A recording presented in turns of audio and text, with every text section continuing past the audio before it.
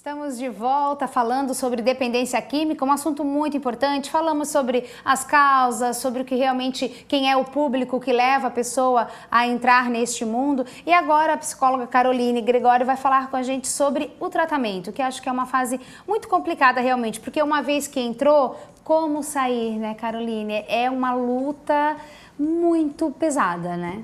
Certamente, Paloma. Chegamos, então, ao nível mais crítico da dependência química, que é quando a família já descobriu, a pessoa já aceitou, porque existem também as fases, né, da motivação. A primeira fase é a pré-contemplação. Essa pessoa não admite que ela precisa. Então, todo mundo conversa, ela sabe que ela está com a vida comprometida, ela sabe que o emprego dela já está a ponto de ser... Ela já está a ponto de ser demitida, toda essa coisa que acontece devido à droga, mas ela acha que se ela quiser, ela para amanhã. Hoje, ela sempre diz, ela afirma que hoje ela para. Passado esse processo, quando ela chega a admitir, ela entra no processo de contemplação, que é onde ela admite. Então, agora eu sou dependente química, né? Eu preciso, eu reconheço, realmente eu não tenho mais vida, eu sou escrava desse vício. Depois ela parte para a ação, que é onde ela vai procurar. Então, hoje a gente tem alguns recursos, como, por exemplo, o CAPS-AD, que é de álcool e drogas, a gente tem aqui em Itajaí, né, onde tem vários profissionais, são feitas várias atividades diariamente com pessoas dependentes químicas, né? Então, é um trabalho bastante interessante. Temos também as clínicas particulares, contudo, é para um público mais específico devido ao valor, que alguns são um pouco caros, elevados. E temos também as comunidades terapêuticas, né? Que hoje a gente vê que tem bastante, principalmente aqui na nossa região, que é onde a gente tem maior acesso. Tem muita opção, tem muita variedade, e isso é muito bom, porque nas comunidades terapêuticas, Palomas, as pessoas elas não precisam pagar. Então, é custeado, né, pela prefeitura, pelo governo federal. Algumas têm... Enfim, vários custeamentos aí são custeadas por várias instituições, enfim. Então, o que acontece? Esse dependente químico, quando ele aceita, quando ele parte para a ação, então, agora começa o tratamento. O tratamento, em alguns casos, é farmacológico. Em alguns casos, é só mesmo a questão espiritual e a questão de todos os dias ter atividades, como, por exemplo, aprender a fazer artesanato, atividades físicas com personal trainers, pessoal da educação física que faz parceria, nutrição, né? Também, porque o que acontece? Eles saem da dependência das ruas, né? Entram na comunidade ou na clínica, enfim, e eles acabam transferindo, né, essa compulsão aí, então, pela comida. E aí, por doces também. Então, nesse caso, a nutrição é bastante interessante, né? Os nutricionistas têm parcerias, né? Então, ajudando essas pessoas a não adquirirem, não trocarem a compulsão, porque daí também não vai adiantar muito, vai prejudicar a saúde também. E, neste processo, a gente percebe que a espiritualidade ela é fundamental. As pessoas que a gente vê que tem o maior índice hoje de pessoas que saíram, né? Que tem a remissão total, que a gente chama, que saíram completamente, são pessoas que se envolveram com instituições religiosas, que dão depoimento de que, por meio de Deus, conseguiram sair, né, então, da dependência química. A gente percebe, e também tem pesquisas tratando sobre isso, que 90% das pessoas que fazem o tratamento sofrem a recaída. Então, é um número muito alarmante. São, de cada 10 pessoas, 9 recaem. Então, é muito complicado, a família precisa ter muita paciência. O que a gente percebe é que as famílias elas estão muito cansadas. Quando elas chegam já com os pacientes, né, trazem até a gente, já estão assim, bastante desanimadas, desistem muitas vezes. Né? Nessas comunidades terapêuticas, nas clínicas, tem reuniões para familiares e é muito difícil que eles compareçam. Então, gostaria também de fazer um alerta aqui, né, de fazer um apelo para as famílias. Não desistam dessas pessoas, não desistam dos seus familiares. Infelizmente, eles trilharam um caminho complicado por algum motivo, mas a gente sabe que, de alguma forma, toda a família está comprometida nesse processo. É complicado a gente dizer que fulano entrou nisso por culpa dele somente. Né? Então, é bastante interessante a gente se perceber também. Se autoanalisar, será que de alguma forma eu falhei realmente? Claro. E ainda que eu não tenha falhado, né? Ainda que eu não tenha feito nada para isso, eu preciso dar acompanhamento nesse tratamento. Quando a gente tem uma pessoa que está passando por uma dificuldade assim, de saúde, por exemplo, a gente visita, a gente faz de tudo. Muitos afirmam, quando eu digo isso, alguns afirmam, mas ele não escolheu estar lá. E o dependente químico escolheu.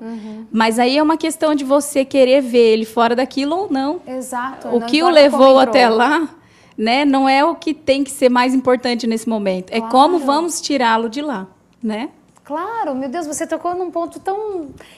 Pra gente parece tão natural, mas assim, eu até entendo o desgaste que essa família já sofreu, talvez não tenha mais de onde tirar forças. Exatamente. Mas o doente ali é o que mais precisa de ajuda, e se ele não tiver esse suporte, muito provavelmente ele nem se recupere, né? Isso. Porque ele precisa encontrar outras formas de prazer. Exatamente. E a família, nessa hora, é esse suporte para realmente dar prazer a esta pessoa, mostrar que existem outros caminhos. Até porque eu acredito que ali os terapeutas que estão próximos, os médicos, enfim, os profissionais envolvidos nessa recuperação vão estar na vida dele durante um tempo.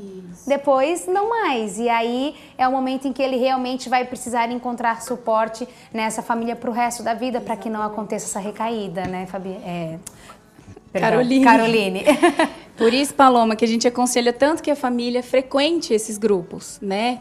Porque quando o familiar voltar, essa família precisa estar preparada para lidar com ele, né? A gente percebe muito isso, porque o familiar ele fica 9 meses, 1 ano e meio, enfim, tem tempos determinados nesses tratamentos, né?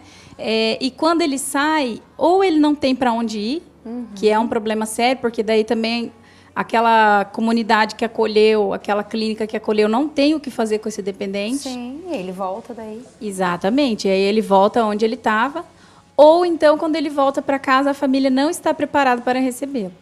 Né? Então, começa todo aquele ciclo de novo, de culpabilizar essa pessoa, de dizer que ele entrou nisso, que ele está errado, que essas companhias, que esses lugares... Então, isso vai massacrando a pessoa de novo e faz com que ela retorne, então, ao lugar que ela estava no início, né? Que é o lugar das ruas, porque alguns pacientes, quando chegam ao tratamento, eles já estão nas ruas, eles já não têm mais família, não têm mais emprego, não têm mais nada, entram num estado deplorável de prostituição, né, filhos de prostituição, né, que acabam nascendo nesse meio. Então, envolve conselho tutelar, justiça, adoção. A situação pode se agravar cada vez mais. Claro. Então, para que isso não aconteça, a gente aconselha e orienta a questão da prevenção, como a gente disse no início. E quando, se acontecer... não pense que é impossível. Pense que é possível. Algumas pessoas já saíram. Não é fácil, certamente. É uma luta muito grande. Mas a família unida, essa rede de apoio unida, né, certamente podem obter vitória, certamente. Com certeza. E que é realmente fundamental essa questão familiar, né? Não tem o que falar, né, Caroline? Se a família não estiver do lado... Talvez tenha cometido uma falha, talvez não. Talvez realmente a pessoa fala, mas eu não fiz nada. Será que não fez? Por que a pessoa vai procurar se não for por alguma carência que ela tem, seja lá no que for? Como você disse, é uma substituição, né? A pessoa busca naquilo compensar a recompensa daquilo que está faltando na vida. Isso. E pode ser, são eles os fatores que desencadeiam isso, mas como você mesmo falou, um dos principais é essa falta do prazer dentro da instituição familiar, né? De ter uma vida com melhor qualidade, onde ela realmente se sinta acolhida, se sinta amada, se sinta protegida. É o que acaba desencadeando muitas vezes. E aí, por que não tentar recuperar esse tempo, né? Certamente. É difícil, a gente fala porque não está envolvida diretamente no assunto, mas tem que tentar de alguma forma, porque vai deixar este ser humano ali largado na vida. O único caminho é esse, certo? Infelizmente, assim, eu penso que se a família, que é a família, não está interessada, quem estará? Pois é. Então, é uma pessoa que foi jogada à própria sorte. Aí mesmo é que vai ser mais complicado ainda. Exatamente. Então, assim, depois da fase de tratamento, essa pessoa precisa, quando obtém êxito, entrar na fase de manutenção. Então, é interessante que ela frequente grupos de apoio, grupos religiosos, enfim, onde ela encontrar pessoas que também passaram pelo que ela passou, que deem esse suporte emocional, psicológico, espiritual. Eu percebo, Paloma, que nesse sentido é um dos temas que mais envolve a religiosidade hoje, é a dependência química. Nessas comunidades terapêuticas que eu citei, existem programas bem aprofundados, assim, de estudos, de busca de sentido da vida, né, de propósito para a vida. Então, essa pessoa que, de repente, está ali, jogada à própria sorte, ela começa a perceber que existe alguém que se interessa por ela, que ela nasceu para um fim determinado. Isso tudo pode fazer a diferença na vida dela. Claro. Tem o grupo de AA, tem vários grupos, né, de autoajuda, de apoio. Então, é interessante que essa pessoa se mantenha em contato com o assunto e com pessoas que também enfrentaram e continuam enfrentando isso que ela enfrentou. Porque é muito importante a gente pontuar que essa pessoa ela não está 100% fora do problema, né? Porque tem um cunho também emocional, psicológico, né? Não é só fisiológico. O fisiológico ela já venceu, porque ela já está 9 meses, 1 ano e pouco fora. Mas a questão psicológica, a questão emocional, ainda podem levá-la ao mesmo caminho. Então, é importante ficar atento nesse sentido. E aí é uma manutenção para toda a vida, Caroline, que deve durar para sempre? Ele sempre vai ter que estar atento a isso, porque pode acontecer uma escorregada? Certamente. A gente conhece casos de pessoas que ficaram bastante tempo fora e depois, por algum motivo que desencadeou de novo essa questão emocional, psicológica, essa pessoa decidiu, então, voltar. Foi o recurso que ela encontrou novamente.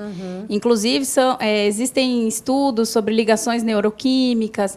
Não é só a pessoa que quer. Existe realmente uma questão fisiológica, uma questão neuroquímica, uma questão emocional, psicológica. Na verdade, o problema ele é muito complexo. É realmente um problema complexo. Mas o que a gente gostaria de deixar hoje aqui bem frisado é que existe solução. Claro. Então, não desanimem. Você que está envolvido com a dependência química ou você que é codependente, que tem na sua casa uma pessoa envolvida, não desanime, procure ajuda profissional e certamente não desista dessa pessoa, porque essa pessoa pode sim vencer esse problema. Exatamente. Adorei, Caroline. Muito obrigada. Muito bom falar sobre este assunto e levar para as pessoas realmente essas palavras de apoio mesmo, de ajuda, porque a gente sabe que é um problema difícil, mas não é impossível. Isso tem que ficar bem frisado. Na verdade, eu acredito que nenhum problema é tão impossível assim, né? Perfeito. Eu acredito que em união, a família com rede de apoio aí, dando toda a assistência que a gente precisa, em tudo a gente pode sim alcançar a vitória. Com certeza. Somos seres humanos sempre capazes de superar os problemas. Exatamente. Isso se chama resiliência. Olha! Muito obrigada, Paloma. Obrigada a você de casa e continua à disposição. Que bom. Agradeço muito. Com certeza vamos chamá-la novamente. Obrigada. Bom, o nosso programa vai ficando por aqui. A gente espera que realmente essas dicas sirvam para você e, como a Carolina falou, você realmente não desista se você tem dependentes químicos em casa ou é um dependente, que você não desista nem de você e nem de quem está ao seu lado. Um beijo no coração e até a próxima. Tchau, tchau.